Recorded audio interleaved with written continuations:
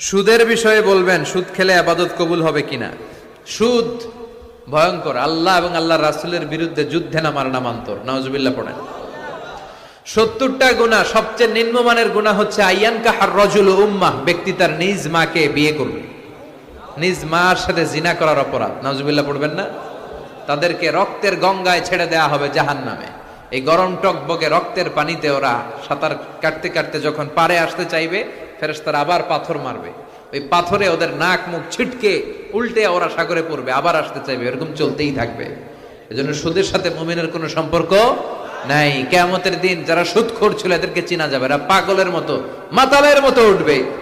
জিনে ধরলে ভূতে ধরলে লোকগুলো যেরকম লাফায় আর কাঁপে আর নাচে, কিয়ামতের দিন এগুলো কাঁপতে কাঁপতে উঠবে, দেখেই বোঝা যাবে এগুলো সুদখোর।